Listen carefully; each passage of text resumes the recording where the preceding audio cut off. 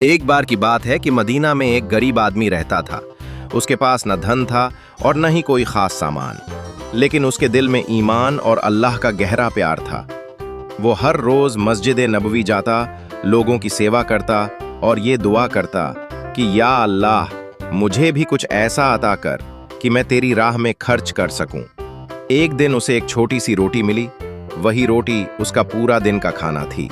लेकिन जैसे ही वो मस्जिद के दरवाजे पर पहुंचा, उसने देखा कि एक बहुत भूखा बच्चा रो रहा था।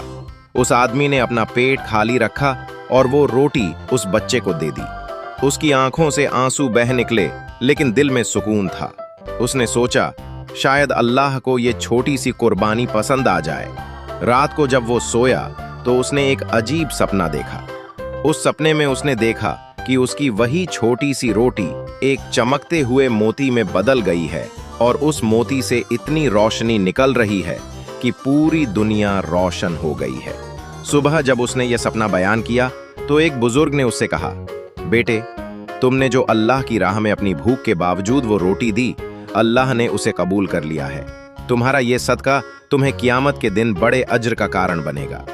ये सुनकर उस आदमी का दिल और भी मजबूत हो गया और उसने जिंदगी भर छुपकर लोगों की मदद की, चाहे वो छोटी सी मदद ही क्यों ना हो। इस कहानी से हमें यह सबक मिलता है कि छोटी से छोटी नेकी भी अल्लाह के नज़दीक बहुत बड़ी होती है। अगर उसे इखलास के साथ किया जाए तो एक साधारण रोटी भी कियामत के दिन पहाड़ के बराबर अज्र बन सकती है।